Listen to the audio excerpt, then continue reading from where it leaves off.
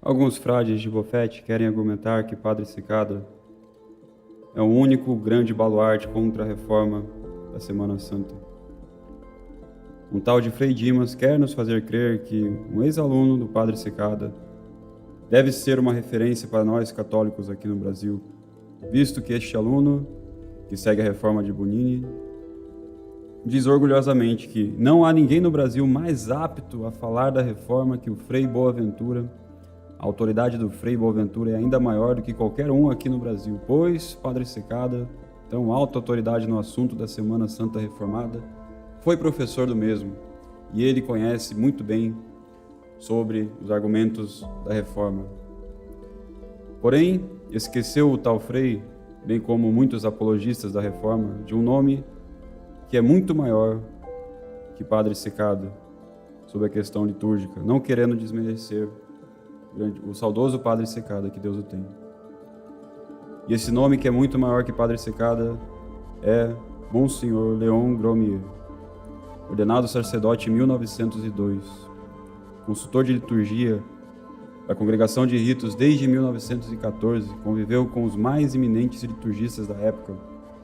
Com 46 anos, nomeado prelado doméstico da Casa de Sua Santidade, o Papa, que lhe conferiu o título de Monsenhor em virtude de seus excepcionais conhecimentos em liturgia. Eis aqui a grande autoridade para nós católicos. E ele é uma de nossas referências, um dos primeiros que publicamente foram contra as mudanças e que nos alertou sobre a terrível reforma litúrgica. E é ele que vocês ignoram. Mas os católicos que amam a verdade jamais vão ignorar as palavras sábias desse perito em liturgia. Agora vislumbraremos um resumo do dia mais importante da Semana Santa, com base em tão grande prelado da Igreja Romana, perito em liturgia, extremamente mais digno e apto ao assunto do que qualquer um de bofete.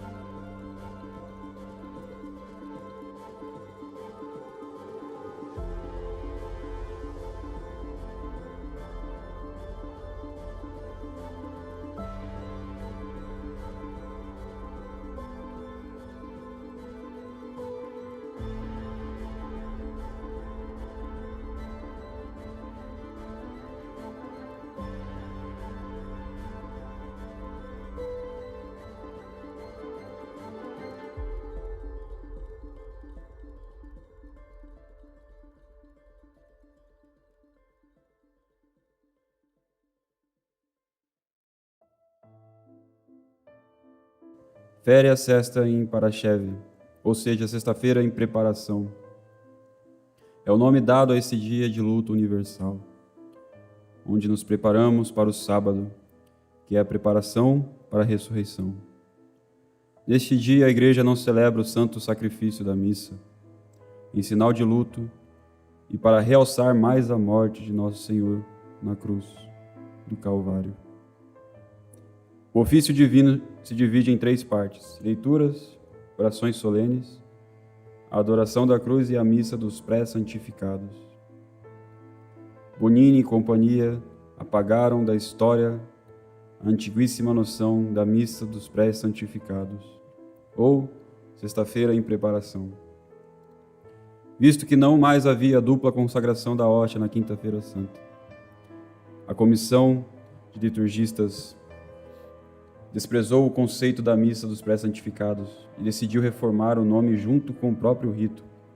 Eles diziam: precisamos aparar as extravagâncias medievais, banais da chamada missa do pré-santificado, as linhas severas e originais de um grande serviço de comunhão. Fecha aspas. As mudanças dos tempos durante a liturgia, em desarmonia com os costumes populares, acabou por criar notáveis problemas pastorais e litúrgicos. No passado, os costumes e práticas piedosas desenvolveram-se de uma forma que estava em consonância com a liturgia. É claro, porém, que a reforma pastoral, entre aspas, por excelência, não foi, entre aspas, pastoral, porque nasceu de especialistas que não tiveram nenhum contato real com uma paróquia ou com a devoção e a piedade do povo, que muitas vezes eles desdenhavam. Um vácuo litúrgico havia sido criado durante as horas da noite. E uma tentativa de remediar isso foi buscada com inovações improvisadas. A comissão decidiu, portanto, remediar este escândalo usando o pior método pastoral, entre aspas, ou seja, anular os costumes populares e não lhes dar atenção. Bonini deixou os altares sem cruz, que em sua liturgia tinha esquecido deste pequeno detalhe. O que fazer com a cruz? Agora já guardada na quinta-feira santa no armário da sacristia, longe dos fiéis. O primeiro modernista que conseguiu remover a cruz do altar, e para piorar, no dia mais importante de toda a celebração da Semana Santa, a Sexta-feira Santa, dia do triunfo da paixão redentora. O altar agora se encontra nu, como de uma mesa protestante. É iniciado o ecumenismo litúrgico. Nunca na história da Igreja foi permitido sensibilidade litúrgica aos hereges, cismáticos e apóstatas da fé. Bonini, então, após a oração da conversão dos judeus, estabelece a genuflexão por respeito ao povo talmúdico. A Igreja agora se encontrava de joelhos para os judeus. Nessa parte da missa, o rito tradicional adverte que nem o sacerdote nem os fiéis se ajoelhem, pois durante a rememoração dos judeus, a Igreja julga que deve mostrar todo o horror ao crime cometido por meio da premeditada ausência dessa genuflexão. Todavia, Bonini, atendendo à pressão judaica de sua época, começa a modificar e suprimir as orações litúrgicas relativas a eles, principalmente as da Sexta-feira Santa, orientado a banir o ensinamento tradicional de que foram judeus responsáveis pela morte de Cristo. E, ao invés disso, orientado a ensinar que a morte de Cristo recai sobre toda a humanidade. Bonini inventa o título Pro Unitate Ecclesiae, pela unidade da Igreja, criando propositalmente um termo ambíguo modernista favorável ao ecumenismo e secretismo de todas as religiões. Segundo o padre Baga, amigo de Bonini, o objetivo era eliminar a antiga oração incômoda às outras religiões, que se referiam a elas como almas seduzidas pelo demônio e prisioneiras da malícia e da heresia. Assim também conseguiram eliminar a conclusão da oração que clamava literalmente o retorno dos desviados da verdadeira fé à verdade do Cristo em sua Santa Igreja.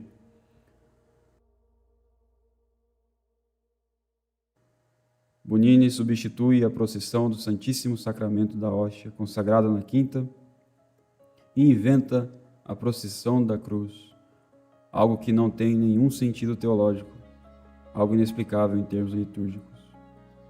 Não há mais o desvelamento da cruz, a adoração ao Santíssimo Sacramento, com o canto Venite e adoremos, nem a adoração silenciosa previa a genuflexão e o ato de beijar Nosso Senhor crucificado.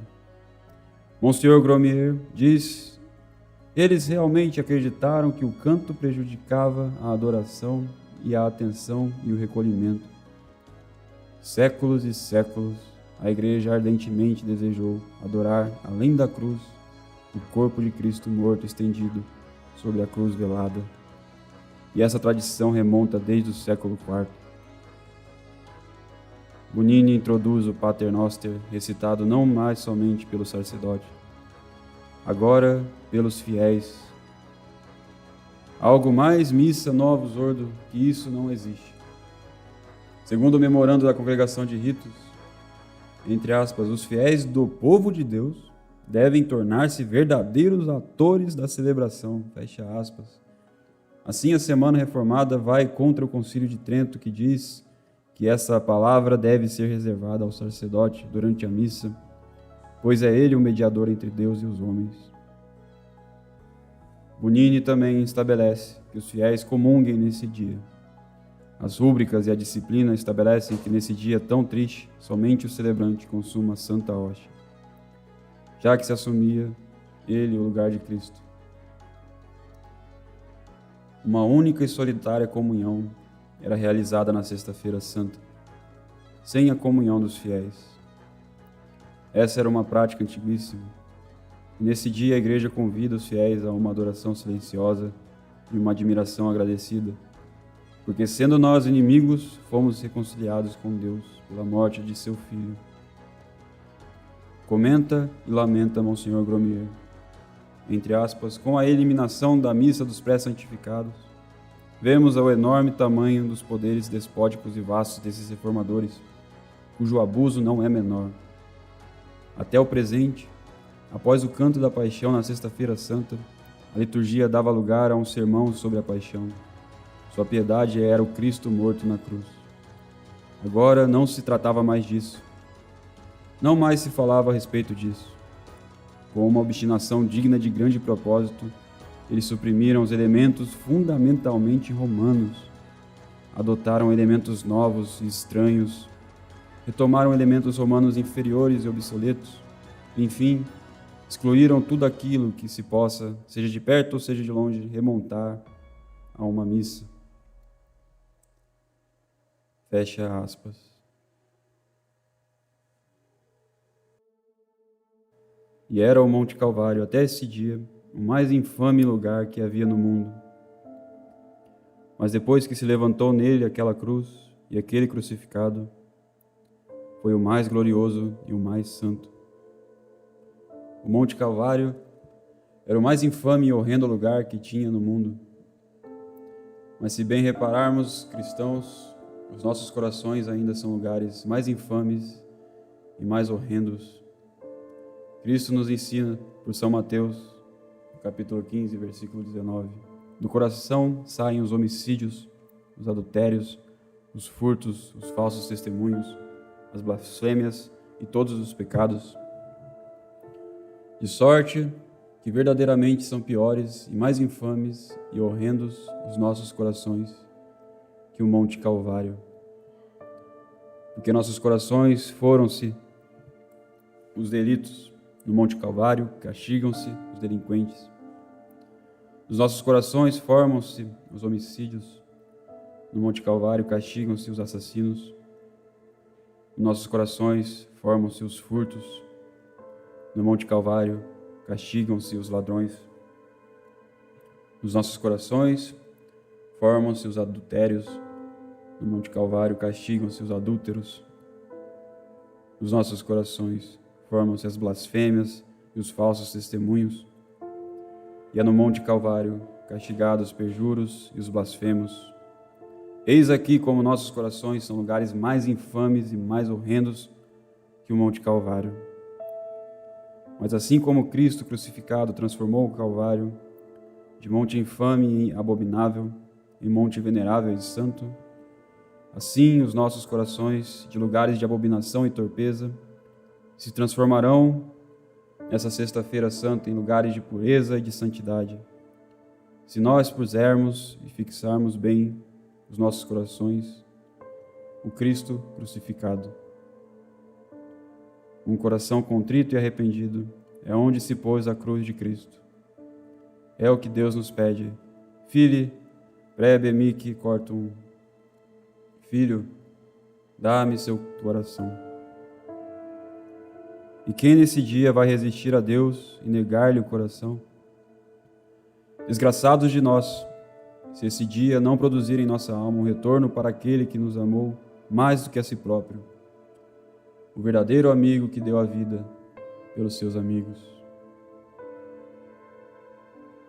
Até quando vamos menosprezar Bonini e os reformadores da Semana Santa? Salve Maria, bom dia a todo o povo católico da terra de Santa Cruz.